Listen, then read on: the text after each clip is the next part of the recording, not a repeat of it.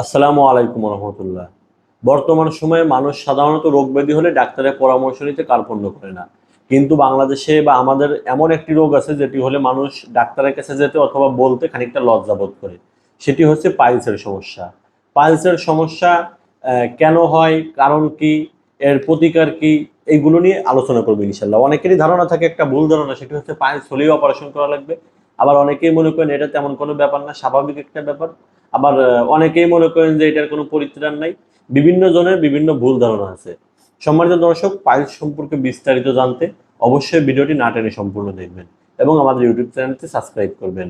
সম্মানিত দর্শক, পাইলস মূলত কি? পাইলস হচ্ছে মলদ্বারের আশেপাশের বা মলদ্বারের নির্দিষ্ট কোনো রগ বা নির্দিষ্ট কোনো অংশ ফুলে যাওয়া বা ঝুলে যাওয়া। এই সমস্যা কিন্তু অনেকটা জটিল এবং বেশ সমস্যা ঘটায় আর কি এটা। এক্ষেত্রে পাইলস হয় কেন? পাইলস বিভিন্ন কারণে হয়ে থাকে, যেমন সবচেয়ে বেশি কারণ হচ্ছে দীর্ঘমেয়াদী কোষ্ঠকাঠিন্যের জন্য পাইলস হয়ে থাকে। অনেক সময় শরীরে অতিরিক্ত ওজনের জন্য হয়ে থাকে। অনেক সময় নিয়মিত শরীর চর্চা বা শারীরিক পরিশ্রম না করার কারণে হয়ে থাকে।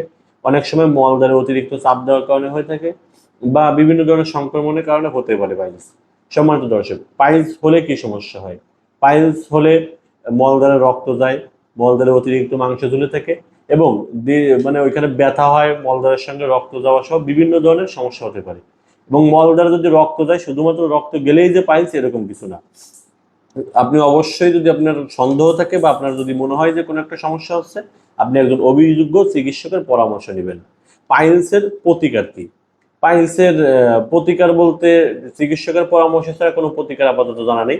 তবে আপনি ঘরোয়া কিছু উপায় ফলো করলে পাইলস থেকে মুক্ত থাকতে পারেন। সেটি হচ্ছে নিয়মিত শারীরিক পরিশ্রম করা, অতিরিক্ত ওজন থাকলে ওজন কমানোর চেষ্টা করা এবং আঁশযুক্ত খাবার খাওয়া, কোষ্ঠকাঠিন্য যাতে না হয় সেইভাবে চলা, কোষ্ঠকাঠিন্য এড়াই চলা, পরিমিত বা বেশি করে পানি পান করা। এই জিনিসগুলো যদি আপনি ফলো করেন তাহলে আশা করা যায় যে আপনি পাইলসে আক্রান্ত হবেন না, বা যদি হয়ে থাকেন তাহলে আপনি একটু নিরাময় থাকবে বা আপনি ভালো থাকতে পারবেন। আর পাইলসের ক্ষেত্রে বাংলাদেশের প্রেক্ষাপটে অপারেশনটা একটু বেশি করা হয়, কিন্তু হোমিও চিকিৎসার ক্ষেত্রে খুব ভালো কার্যকরী। তাই আপনি যদি পাইলসের হোমিও চিকিৎসা নিতে চান তাহলে অবশ্যই স্ক্রিনে দেখেন হোয়াটসঅ্যাপ নাম্বারে যোগাযোগ করবেন। অভিজ্ঞ চিকিৎসকের পরামর্শ পাবেন ইনশাল্লাহ। সম্মানিত দর্শক, পাইলস সহ যে কোনো ধরনের রোগ ব্যাধি সম্পর্কে জানতে চাইলে স্ক্রিনে দেখেন হোয়াটসঅ্যাপ নাম্বারে যোগাযোগ করবেন। আর পাইলস হলে আতঙ্কিত হবেন না, ভয় পাওয়ার কিছু নেই।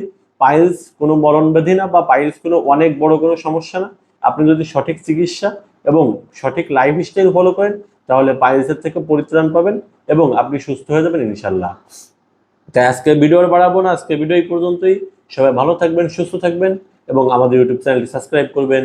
আসসালামু আলাইকুম।